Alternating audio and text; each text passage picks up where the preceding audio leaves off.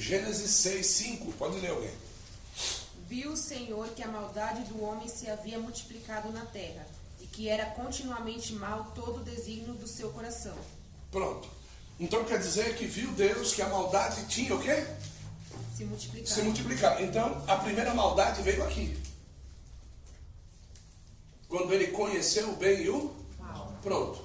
A partir dali, aprouve a Adão e a Eva dizer: eu vou ficar com o bem. Eu não quero o mal. Eu conheci o mal, mas eu vou ficar com o bem. Porque você conheceu o bem e o mal é pecado? O que é o pecado? Praticar o mal. Praticar o mal. Certo? O fato de você conhecer tudo que está errado no mundo, você está pecando porque você conhece? Não, você está pecando se você cometer aquilo que você está conhecendo. Então aqui, esse conhecimento aqui do bem e do mal, por que é que Deus os expulsou então? Por causa da desobediência. A desobediência é a prática do quê? Do mal. Certo? Então essa condição nasceu primeiro no coração de Eva, quando Satanás disse assim: você sabe por que ele não quer que vocês provem da árvore? Olha o que o diabo disse. Você sabe por que, Eva, que Deus não quer que você prove? Por quê? Porque ele sabe que o dia que você provar, você vai se tornar igual a ele.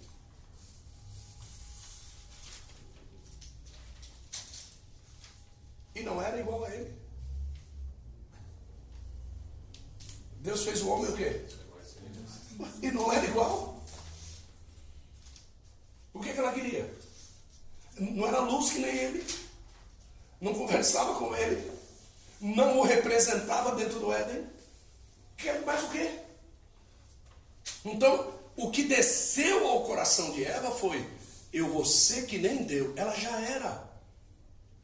Entende? Quando nós aceitamos a Cristo como Salvador, nós somos iguais a quem, gente? Nós somos iguais a Cristo. E Cristo é igual a quem? Nós somos iguais a Deus. Nós somos representantes dele. Somos sinete de Deus aqui na terra. Nós falamos o nome dele, pregamos o nome dele, curamos o nome dele, viajamos o nome dele, ganhamos almas no nome dele, saqueamos o inferno no nome dele. Nós fazemos tudo no nome dele. Certo? O nome dele é nome sobre todo nome, diante do qual toda língua se confessa, todo joelho se dobra. É isso que nós somos. O problema é que nós não somos. O problema é que nós não entendemos o percurso. E nós vamos nos inclinando cada vez mais para onde? Nós vamos nos inclinando para o mal. E o pior dos males na Bíblia Sagrada qual é? A desobediência. Que foi o primeiro que derrubou todo mundo. Certo? Então, o pior dos males não é o adultério, fornicação, transar com crianças, esse negócio. O pior deles é a desobediência. Porque para você fazer tudo isso, primeiro você fez o quê? Desobedeceu a Deus. Então, depois da desobediência a Deus, o que acontece em Gênesis 6:5? A maldade se multiplica. A maldade se multiplica. Certo? Ontem eu preguei isso na igreja. E um abismo chama outro abismo. Certo? Então você pratica uma maldade aqui, não fique esperando que você vai ter força para voltar. Você pratica uma aqui, amanhã é outra mais funda. E quando você chega lá no fundo, você pratica outra, é mais funda. E o fundo dos abismos da desobediência estão em ordem proporcional de desagradabilidade a Deus. No fundo, o desejo que você tem a ser cumprido na sua carne. Então, quanto mais eu pulo no abismo, quando chega lá no fundo, tem lá o doce que eu gosto, a paçoca. Oh, meu Deus. Aí você vai e come a paçoca. Aí aquela paçoca te joga para o abismo. Quando chega lá embaixo, um doce de banana. Aleluia. Aí você vai e come o doce de banana. Aí quando chega lá no outro abismo, tem lá um amendocrente. Aleluia. E já com a colher pronta para você comer. Aí tem lá um sorvete de creme com uva passa. Aí vai. E você vai mergulhando. Porventura não é assim com a obesidade? Quando você olha aquele programa do Discovery, Quilos Mortais, os caras dizem: você vai morrer, você precisa emagrecer 40. Quando o cara volta, ele engordou 60. Mas como? Como? Você precisa emagrecer 40, senão você vai morrer, você engorda 60. Como? Por quê? Porque um abismo chama outro abismo. E o diabo sabe disso. Então isso aqui em Gênesis 6:5, leia agora o Gênesis 6:6. Então se arrependeu o Senhor de ter feito o homem na terra, e isso lhe pesou no coração.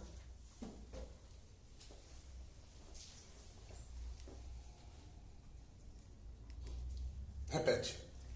Então se arrependeu o Senhor de ter feito o homem na terra, e isso lhe pesou no coração. Veja bem que Deus não se arrependeu de ter feito o homem no Éden. O que Deus deveria fazer então? Exterminar o homem no Éden. Tá bom. Acabou os problemas de Deus. Certo? Mas aí Deus foi lá e jogou o homem na terra. E aí ele viu que cada vez mais cobriu o homem. Eles começaram então, Gênesis 6:1. Como se foram multiplicando os homens na terra, e lhe nasceram filhas, vendo os filhos de Deus que as filhas dos homens eram formosas, tomaram para si mulheres, as que entre todas mais lhe agradaram. Ótimo. Quantos homens haviam na terra? Quantos? Um. E quantas mulheres? Uma. Depois esses dois aqui geraram quantos filhos? Quantos filhos? Que vocês conhecem? Dois. Como é o nome dos dois? Caim e Abel. Depois quem matou quem? Caim matou Abel. Quantos homens sobraram? Dois homens. E quantas mulheres? Uma. Então Adão foi tendo filhas, foi tendo filhos. E esse período, eu não sei se vocês já repararam, que não existe idade entre esses períodos. Certo? Então não existe idade. Você consegue ver isso na genealogia depois de Adão, que com tantos anos gerou tanto, depois com tanto, e você vai ver que Adão viveu 900 anos da vida dele gerando. Certo? Gerando. E Eva viveu 900 anos da vida dela gerando filhos e filhas. Certo? Então vamos dizer aí que os dois tiveram 300 filhos. Tá? Gerando. E esses filhos não haviam sido ainda visitados com a incompatibilidade entre gêneros de criação do DNA. Porque hoje existe, Deus colocou uma incompatibilidade sanguínea, em que irmão que transa com o irmão tem 80% a 90% de chance desta criança nascer com uma deficiência anomaleica. E de também ser estéril e não gerar mais filhos à frente. Então isso Deus colocou. Por que Deus não tinha colocado lá? Porque ele precisava fazer o quê? Multiplicar. Então isso ficou muito claro lá no início. Então Deus ele vai multiplicando isso. E quando chega aqui, existem duas castas de homens e mulheres. A casta que vinha de Caim e a casta que vinha de Sete. A casta de Sete foi suscitada por Deus numa outra gravidez de Eva. E a casta de Caim era a casta chamada de filhos dos homens. E esses filhos de Deus eram os filhos de Sete. Quando se fala aí de filho de Deus e de filho do homem, Deus disse para os filhos de Sete: não se contamine com os filhos dos homens. Certo? Por quê? Porque eu quero deixar vocês para um trabalho especial que eu tenho para vocês na frente, que era cuidar das coisas de Deus. E os outros cuidariam da terra normalmente. Andariam, teriam que trabalhar, suar para poder fazer as coisas, enquanto os outros Deus os abençoaria. Certo? Aí o que acontece? Os dois se inflamam. Certo? Os dois se inflamam. Quando os dois se inflamam, um cruza com o outro, e eu vou pegando informações. Não, eu vou pegando informações. Que informações? Espirituais.